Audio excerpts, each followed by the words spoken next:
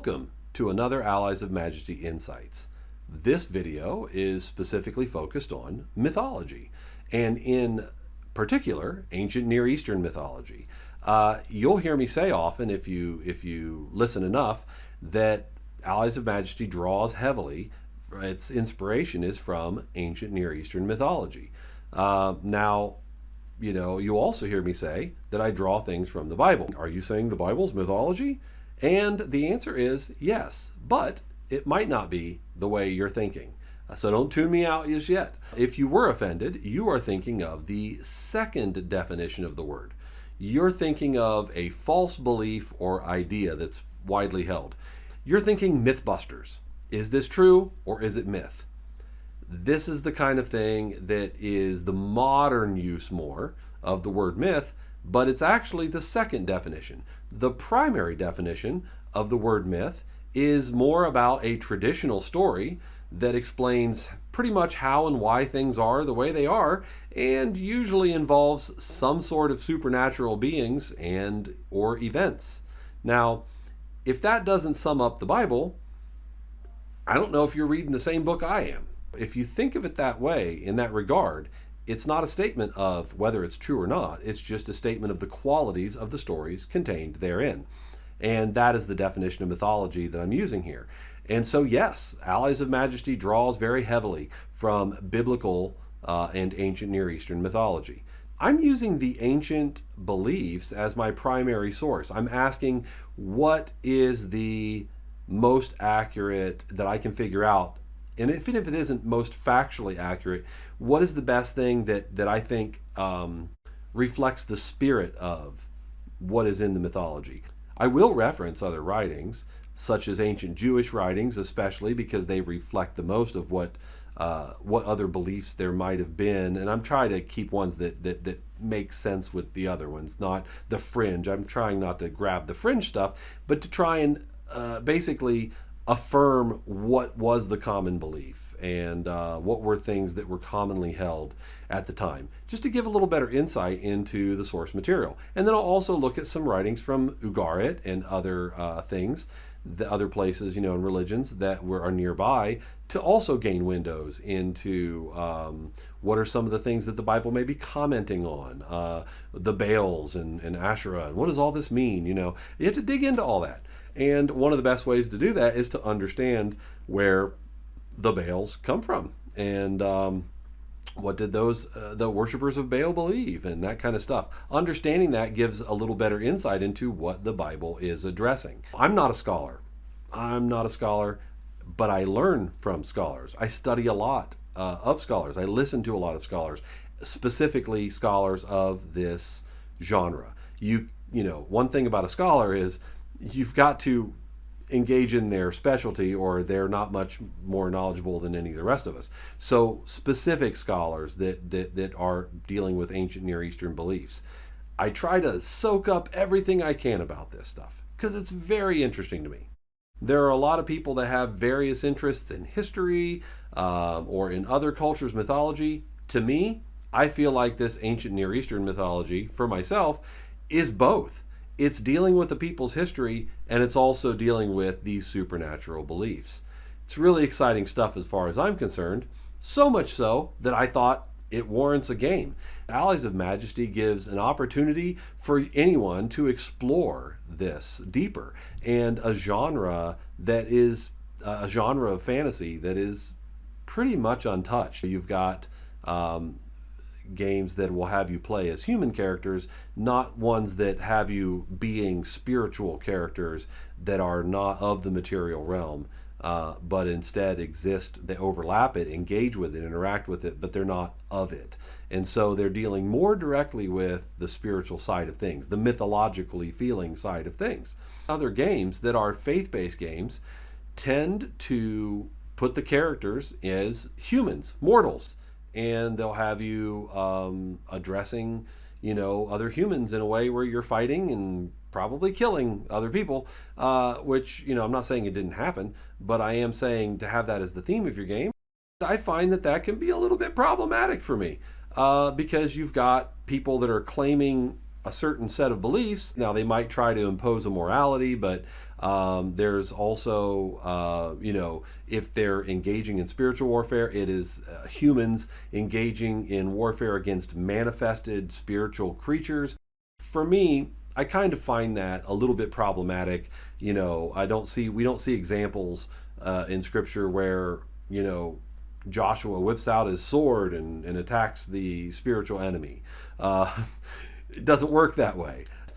I just find that Allies of Majesty, when you're playing characters that are spiritual beings, that are Elohim, what we call angels typically, that is an exciting opportunity to also, not engage. You're not killing people generally or anything like that. Your opponents, you defeat them, but they're spirits. They're just as eternal as you are. I wouldn't say eternal, immortal is the right word. They are just as immortal as you are. And, you're defeated, but you'll recover. They'll recover. And it's an opportunity to dig into these beliefs, though, that are so interesting when you really get into them. What I'm really trying to hit is what were the writers of this, this material trying to communicate? What was it that they were thinking, as best as I can understand? What was in their mind? Did they mean when they said these things?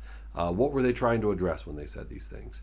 And so that's what I'm trying to reflect in the game, and the lore of the game, and the way the game functions, and the rules. We'll get into that when I do a video on Leviathan and the dragon, and how I kind of mix the two of those. That isn't technically accurate, but the scriptural references really leave it open for that to happen, and it makes sense. And I think it's a good representation of the concepts at play.